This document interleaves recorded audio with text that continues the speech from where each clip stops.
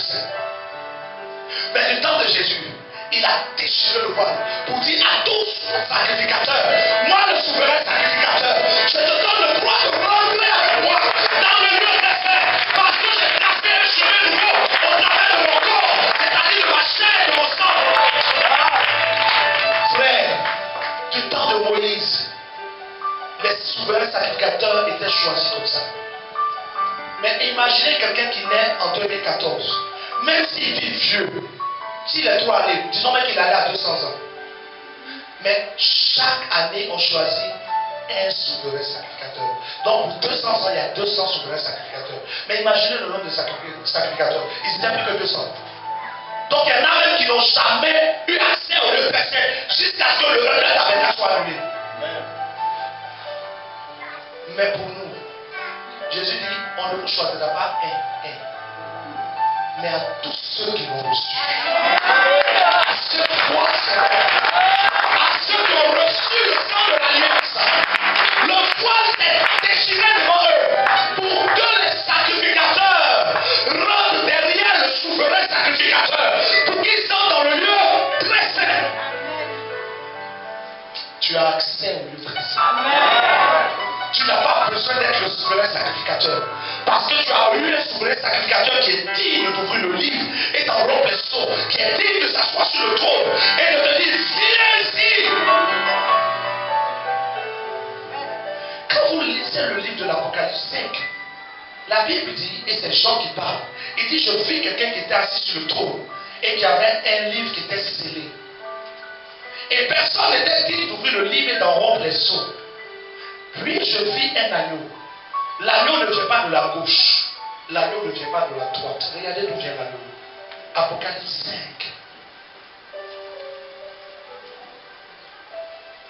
Apocalypse 5, verset 1 déjà.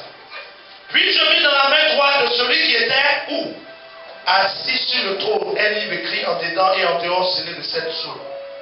Il a vu, la personne est assise où? Sur le trône.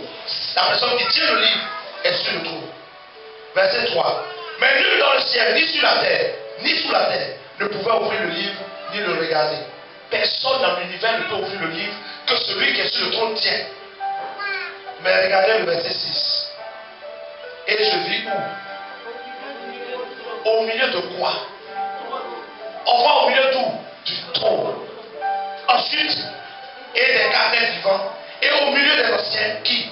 Un agneau debout, qui semblait immolé. Il avait 7 cornes et 7 yeux, qui sont les 7 esprits de Dieu envoyés par toute la terre.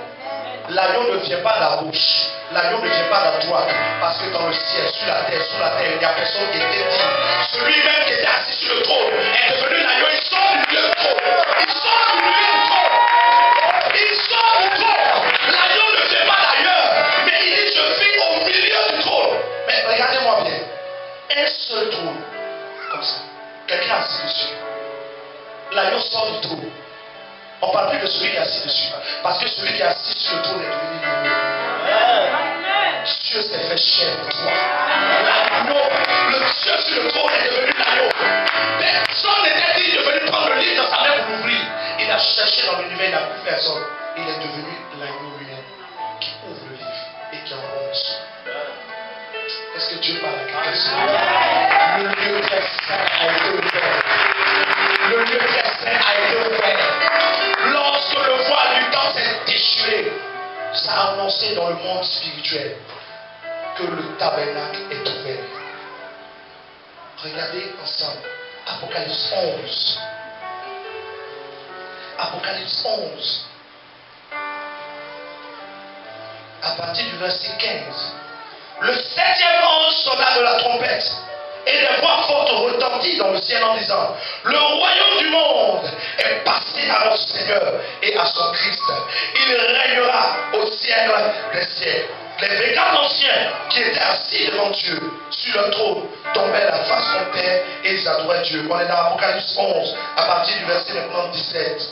En disant, nous te rendons grâce, Seigneur Dieu, Tout-Puissant, qui est, qui était, d'avoir saisi ta grande puissance et d'avoir établi ton règne.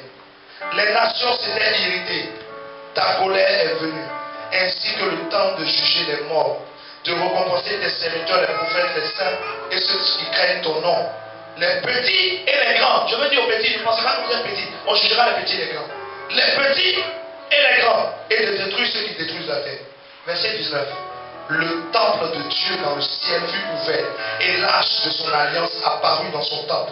Il y eut des éclairs, des voix, des tonnerres, et un tremblement de terre, et une forte grêle. Quand vous lisez l'histoire de Moïse, vous allez vous rendre compte que dans le lieu très saint, allons dans Apocalypse 9, dans Hébreu 9, vérifiez qu'est-ce qu'il y a dans le lieu très saint. Gardez un doigt à Hébreu 9, un doigt dans Apocalypse. Hébreu 9. On était à Hébreu 9, verset 3. Puis derrière le second voile se trouve la partie appelée Saint des Saints. Elle contenait un brûle parfum en or et l'arche de l'alliance. Et elle contient quoi? Le lieu très saint, il y a quoi dedans? L'arche de l'alliance. Or, Apocalypse 11, on dit, le temple de Dieu dans le ciel fut ouvert et l'arche de son alliance apparut. Le lieu très saint existe dans le ciel. Moïse a fait un lieu très saint sur la terre qui révélait que dans le ciel, il y a réellement un lieu très saint. Et donc, quand Jésus-Christ est mort, le voile du temps s'est déchiré sur terre, mais ça a annoncé dans le ciel que le voile du temps est ôté. Il est écrit que le tabernacle a été quoi? Le temple de Dieu dans le ciel s'est ouvert. Donc c'était comment? Fermé. Fermé à qui? Aux hommes. Aucun homme n'avait le droit d'entrer là-bas. Mais Jésus a ouvert le chemin du lieu très saint. Et le lieu très saint est le lieu où Dieu siège. Nous avons vu dans cette semaine que chacun de nous est un homme spirituel. Et il y a deux sortes d'hommes spirituels. Il y a des hommes spirituels en Dieu et il y a des hommes spirituels dans le diable. Si tu es païen, tu es un homme spirituel en Satan. Il ne faut pas te blaguer. Si tu es enfant de Dieu, tu es un homme spirituel en Jésus. Si tu es païen, tu es une fille spirituelle en le diable. Si tu es enfant de Dieu, tu es une fille spirituelle en Jésus. Il n'y a pas troisième personne. Soit tu es en Jésus, soit tu es dans le diable. L'un ou l'autre. Tu ne peux pas aussi dire je suis né en Jésus, c'est faux. On est en Adam. Nous tous on est nés hommes. Mais un jour tu dois te décider pour dire je veux devenir enfant de Dieu. Ce jour-là tu te répands, tu es baptisé. Et le Saint-Esprit vient habiter en toi. Tu deviens aussi un chandelier. Alléluia. Donc nous venons de voir que le tabernacle dans le ciel, le temple dans le ciel a été ouvert. Et l'arche qui est dans le lieu très saint est apparue. Donc l'arche qui a été mise du temps de Moïse dans le physique révélait que dans le spirituel, il y a une arche aussi là-bas. Qui représente l'alliance de Dieu et la présence de Dieu au milieu de nous. Maintenant l'église est au niveau du lieu saint. Pourquoi? Et comment faire pour que toi, église, qui est au niveau du lieu saint, tu rentres dans le lieu très saint? Regardons ensemble Apocalypse. Vous êtes à Apocalypse? Apocalypse 1, 20. Quant au mystère des 7 étoiles, que tu as vu dans ma main droite et aux 7 chandeliers d'or, les 7 étoiles sont les anges des 7 églises. Et les 7 chandeliers sont les 7 églises. C'est ça, non? Les églises sont au niveau du lieu saint. Regardez maintenant Apocalypse 2. Écrit à l'ange de l'église d'Éphèse. Voici ce que dit celui qui tient les 7 étoiles dans sa main droite, celui qui marche au milieu des 7 chandeliers. Je connais tes œuvres, ton travail et ta persévérance. Je le sais. Tu ne peux supporter les méchants. Tu as éprouvé ceux qui te disent apôtres et ne le sont pas. Et tu les as trouvés menteurs. Tu as de la persévérance. Tu as souffert à cause de mon nom. Et tu ne t'es pas lassé. Mais j'ai contre toi que tu as abandonné ton premier amour. Souviens-toi donc d'où tu es tombé. Repends-toi et pratique tes premières œuvres. Sinon, je viendrai à toi et je garderai ton chandelier. Il dit, je garderai ton chandelier de sa place, à moins que tu te répandes. Cependant, tu as ceci pour toi, c'est que tu as de la haine pour les œuvres des Nicolaïtes, pour lesquelles moi aussi j'ai de la haine. Que celui qui a des oreilles écoute ce que l'Esprit dit aux églises. Aux vainqueurs, je donnerai à manger de l'arbre de la vie qui est dans le paradis de Dieu. Après que Jean ait vu Jésus et que Jésus lui a donné l'explication des 7 étoiles et des 7 chandeliers, il a dit les 7 étoiles sont les 7 anges et les 7 chandeliers sont les 7 églises. Mais je vous ai dit que quand il dit 7, ce n'est pas pour ne pas donner le nombre exact. Parce que chacun de nous est un chandelier. Tu vois, il dit, je connais tes œuvres. Si tu ne te réponds pas, je retirerai ton chandelier. Donc chacun de nous, si Dieu peut retirer notre chandelier. Vous comprenez? Pourquoi on peut retirer le chandelier de quelqu'un? Parce qu'il a abandonné son premier amour. Tu as abandonné ce que tu faisais au début. Ton amour pour Dieu, tes moments de prière, de jeûne, ta sanctification que tu prônais tellement. Aujourd'hui même, c'est tombé bas, c'est moins cher. Tu es passé à moins cher. Toi qui te donnais de la valeur, aujourd'hui n'importe qui a accès à toi. Tu es au niveau du lieu saint. Quand vous allez lire au niveau du lieu saint, Dieu reprend l'église. Dans les 5 lettres qu'il écrit, il dit repends-toi au vainqueur. Il est en train de parler à qui? À l'église. L'église est dans quel lieu? Le lieu saint. Mais pourquoi est-ce qu'il est en train de parler à l'église qui est au lieu saint? Parce que Jésus veut que l'église rentre dans le lieu très saint. Quelqu'un comprend? Il est rentré dans le lieu très saint. Mais il commence à s'adresser à l'église qui est encore au lieu saint. Pour leur dire, le voile est déchiré, vous ne devez plus rester au niveau du lieu saint. Le lieu saint supporte les œuvres de la chair. C'est dans le lieu saint que tu peux abandonner ton amour. Parce que tu sais que si je me répands, Dieu va me pardonner. Et j'ai fait encore, mais Seigneur, pardonne-moi. Tu pêches parce que tu crois que le sang est là. Et que dans le lieu saint, on ne meurt pas un coup. Donc tu te permets des choses. Mais il dit, si tu ne te réponds pas, on retirera ton chandelier. Dieu va te retirer de la place même du lieu saint. Tu passeras au niveau des parvis. Or, le parvis, c'est dehors. Mais si vous lisez bien la Bible, il est écrit dehors les chiens. Quand on parle de chiens, vous voyez que c'est grave. Il ne faut pas que toi tu deviennes ça. Dehors les chiens. Dehors les idolâtres. Dehors les menteurs. Dehors les voleurs. Dehors les impudiques. Dehors les adultères. Dehors tout ça. Donc, tu es au lieu saint. Parce que tu es sacrificateur. Mais si tu ne reviens pas à ton premier amour, tu seras mis dehors. Quelqu'un suit l'enseignement? Tu seras mis où? Dehors.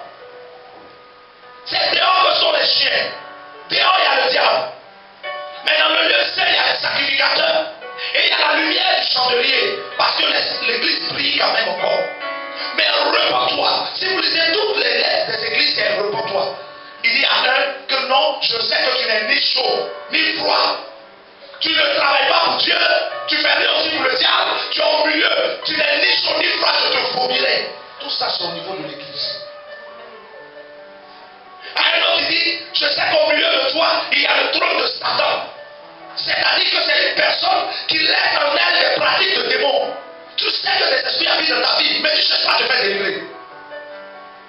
Tu es l'église.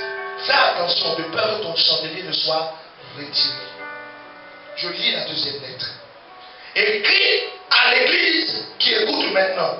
Voici ce que dit le premier et le dernier. Celui qui était mort et qui est maintenant revenu à la vie. Je connais ta tribulation et ta pauvreté. Tu es en train de parler à quelqu'un ce matin. Il connaît ta tribulation, il sait que tu es persécuté. Il connaît ta pauvreté. Et pourtant tu es riche. Et les calomnies de ceux qui se disent juifs, des gens qui se disent chrétiens, qui passent leur temps à t'insulter, à parler comme toi, parce qu'ils croient qu'être chrétien c'est s'attacher seulement à la théologie. Ils croient qu'être chrétien c'est aller dans les bâtiments. Au lieu de devenir eux-mêmes l'église, eux se rendent à l'église. Et ne le sont pas, mais qui sont une synagogue de Satan. Ne crains pas ce que tu vas souffrir. Voici que le diable va jeter quelques-uns d'entre vous en prison, afin que vous soyez éprouvés, et vos tribulations de 10 jours. Sois fidèle jusqu'à la mort. Je te donnerai la couronne de vie. Que celui qui a des oreilles écoute ce que l'Esprit dit à l'Église. Le vainqueur ne sera point touché par la seconde mort. Voici ce que dit celui qui a l'épée aiguë à 2 tranchants. Je sais où tu demeures. Là est le trône de Satan. Tu retiens mon nom et tu n'as pas régné ma foi. Même au jour où vous avez été persécutés avec Antipas. Mais j'ai contre toi certaines choses. Tu as là des hommes qui maintiennent la doctrine de Balaam. Quelle est la doctrine de Balaam? C'est une doctrine où on dit que si on te donne de l'argent, tu bénis les gens. Si on ne te donne pas d'argent, tu maudis. Les hommes de Dieu aujourd'hui sont des hommes de Dieu Balaam. Quand on leur donne l'argent, béni soit cet homme. Oui, que tu t'arroses. Mais ceux qui ne donnent pas l'argent, ils ne les bénissent pas. Des gens de Balaam. Et tout ça, c'est l'église d'aujourd'hui. Ils enseignent à Balak à faire en sorte que les fils d'Israël trouvent une occasion de chute en mangeant des viandes sacrifiées aux idoles. Repends-toi, donc sinon je viendrai à toi et je te combattrai avec l'épée qui sort de ma bouche. L'autre église il dit, j'ai contre toi, c'est que tu laisses la femme Jézabel, qui se dit prophétesse, séduire mes serviteurs pour qu'ils se livrent à les conduites et qu'ils mangent des viandes sacrifiées aux idoles. À une autre église il dit, ce que j'ai contre toi, rappelle-toi donc d'où tu es tombé et où tu as entendu la parole. Garde la parole et réponds-toi. Si tu ne veilles pas sur ta voix, je viendrai comme un voleur et tu ne sauras à quelle heure. Il reprend. Mais on est à quel niveau? Lieu saint ou lieu très saint? Au niveau du lieu saint. Quand tu deviens l'église, quand tu acceptes que Jésus devient ton Dieu, tu deviens un chandelier. Mais le chandelier est au niveau du lieu saint. Et Dieu te reprend. Il te dit corrige. Enlève ce qu'il y a enlevé. Parce que tu dois rentrer dans le lieu très saint. Tu suis? Regardez le fait majeur. Après Apocalypse 3, qu'il est dit, verset 22, que celui qui a des oreilles écoute ce que l'Esprit dit aux églises. Regardez Apocalypse 4, verset 1. Lisons ensemble Apocalypse 4, verset 1. Après cela, je regardais et voici une porte ouverte où? Dans le ciel. Dites-moi quelque chose. La porte est ouverte où? Donc, tout ce temps, l'argent était où? L'église, quand tu deviens enfant de Dieu, le premier lieu où tu as accès, c'est ce lieu qu'on appelle le deuxième ciel. Il y a le premier ciel, il y a le deuxième ciel, et il y a le troisième ciel. C'est pour ça que je vous ai dit, il faut suivre bien, sinon, un moment, vous allez avoir l'impression qu'on parle en langue. Il y a le premier ciel, il y a le deuxième ciel, et il y a le... Il y a des gens qui ne veulent plus répondre.